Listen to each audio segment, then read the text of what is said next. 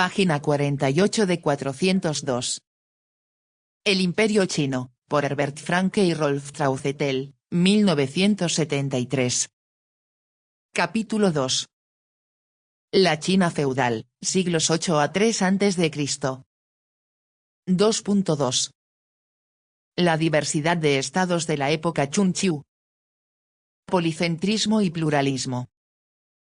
Aunque la historiografía tradicional denomina el periodo comprendido entre el año 722 y el 481 como de primavera y otoño, Chunqiu, por la crónica del mismo nombre, que relata los acontecimientos de estos años, coincide, sin embargo, en cierta medida con una división basada en criterios objetivos, de acuerdo con los cambios de la cultura material, la estructura social y la organización política. El año 771 a.C., cuando Ping tuvo que trasladar la capital a Loi, más tarde Loyang, a la muerte del rey Yu, su padre, supuso un momento importante, pues con ello los Zhou perdieron casi todo el territorio de los dominios reales en la provincia de Shenxi. De esta forma alcanzó gran auge el policentrismo, característico de la unión de estados feudales, al que solo hubiera podido enfrentarse de algún modo una casa real de gran poder. Por otra parte, los Zhou tampoco podían reconquistar la tierra perdida, pues el vasallo de Qin, que había contribuido decisivamente al advenimiento del rey Ping, arrancó a su vez a los bárbaros gran parte de la provincia Shenxi, incorporándola a su feudo. En vista de la debilidad, ahora evidente, de los reyes Zhou, las tendencias particularistas se impusieron cada vez más abiertamente. Ya en el siglo VIII el príncipe Xiongnu de Chu otorgó a sus hijos el título de Wang, rey, y muy pronto otros siguieron su ejemplo.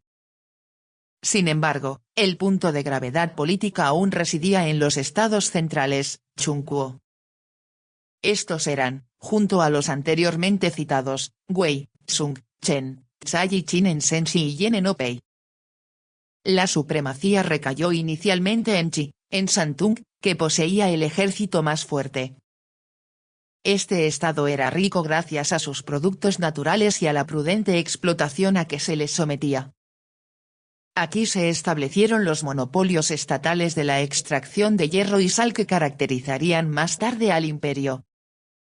El ascenso de Qi está ligado a dos personalidades. Al ministro Quan Chu murió en 645, comparece página 58 para la obra que a él se atribuye. Quan Zu, maestro Quan, y al duque Wan, gobernó durante el periodo comprendido entre 685-643, quien en 681 gestionó con los estados Sung, Chen, Tsai, Lu y otros una alianza que 2 años más tarde se transformaría en una federación en toda regla dirigida por Wan.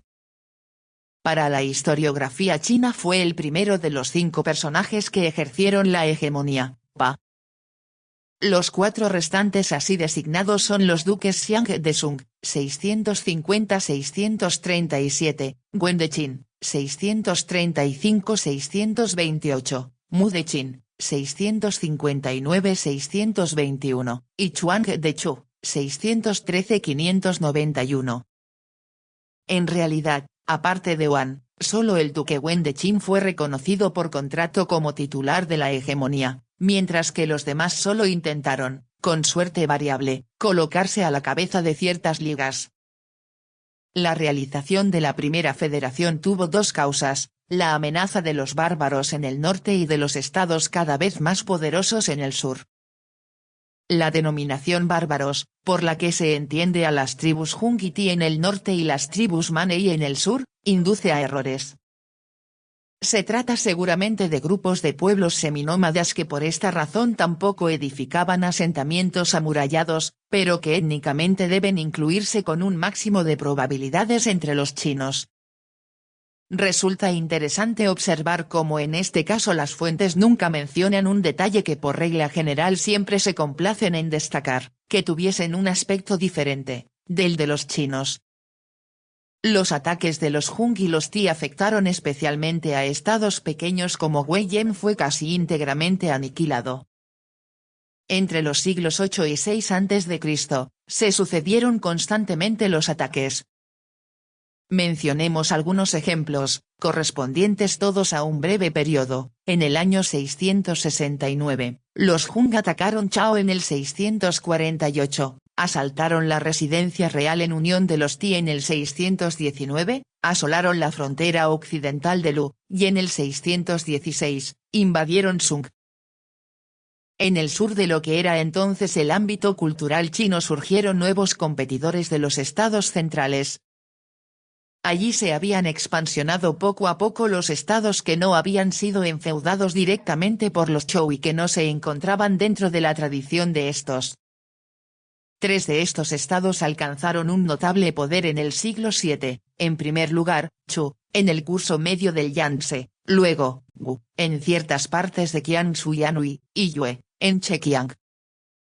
Con el tiempo el concepto de estados del centro se extendió también a estos estados, pero en el siglo VIII, el príncipe Seung Ch' con diéresis de Chu aún se autodenominaba bárbaro.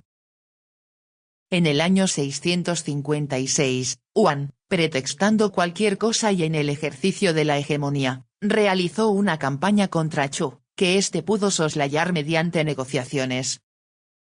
En los años siguientes Chu emprendió una serie de incursiones hacia el norte, que finalmente pudo realizar con gran facilidad al disolverse rápidamente la primera gran alianza a la muerte de Yuan en el año 643.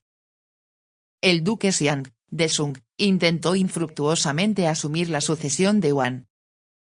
Con el débil y único apoyo de las fuerzas de su país, protagonizó en el año 637 un enfrentamiento con Chu, que aniquiló su ejército y sometió a Sung. En la batalla murió el propio duque Xiang. El más célebre de los que ejercieron la hegemonía fue el duque Wen de Qin, tan exaltado por su Ma Qian. Durante muchos años se vio obligado a huir. Viajando de un país a otro su figura adquirió de este modo una brillante aureola biográfica que en otras ocasiones omiten las fuentes de la antigüedad. En unión de Qi y Qin, logró contener por primera vez el avance de Chu en el año 632, gracias a una victoria decisiva lograda en la parte sudoccidental de Santung. Xiang, rey de Zhou, selló personalmente, en una asamblea de príncipes, el advenimiento de Wen a la hegemonía. Más tarde, después del año 628, Qin, que intentaba avanzar desde el oeste en dirección al este, se encontró con Qin. En el sur, Qin volvió a enfrentarse con Chu, que adquirió de nuevo un incremento apreciable de su poderío bajo su vital y generoso rey Chuang, 613 a 591, y derrotó a Qin en el año 597. Pero el estado que lindaba por el este con el reino mencionado, Wu, situado en el curso inferior del Yangtze, invadió repentinamente a Chu, sirviéndose del apoyo de Qin. La irrupción de Wu, que antes había pasado inadvertido y que en el año 576 tomó parte en una asamblea federativa de príncipes, marcó con nitidez una vez más la creciente importancia de los estados periféricos. Pero como estos también combatían entre ellos, y ningún estado en particular disponía aún de un potencial material y, por tanto, militar suficientemente importante, la técnica de fabricación de armas no lo permitía hasta entonces, pudo restablecerse el equilibrio, aunque no sin dificultades. Resulta significativo en este sentido el hecho de que nadie intentara derribar el dominio, ya solo ritual, de la casa Zhou. Así, la alianza del año 562, dirigida contra Qin, fortaleció la intención de ayudar a los Zhou. A esto hay que añadir el debilitamiento de algunos estados del interior debido a violentos enfrentamientos en el seno de la nobleza. El estado más gravemente afectado fue Qin, donde en la segunda mitad del siglo VI la estructura del estado se vio arruinada por Chao, An y Wei. A principios del siglo V el sudeste volvió a ocupar un primer plano. Allí, durante el reinado de Oeleu con diéresis, 514-496, a quien puede considerarse de hecho un beneficiario de la hegemonía, Guzu Hsu con diéresis, desertor de Chu, convertido en ministro, había dado un nuevo impulso a Wu, derrotando a Chu en el año 506. Pero en ese momento, Yuch, casi desconocido antes del siglo VI, invadió Wu. En un primer momento, Wu pudo defenderse, como lo demuestra el hecho de que emprendiera nuevos ataques contra Chu, pero en el año 496, al subir al trono de Yue el rey Kouqian, gobernó hasta el año 495, Wu no pudo ya enfrentarse a este nuevo enemigo. De esta forma llegamos al final del periodo Chungqiu, donde comienza la agonía de la unión de estados feudales.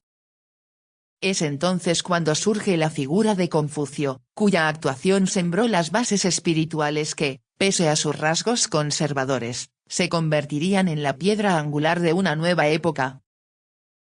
Página 52.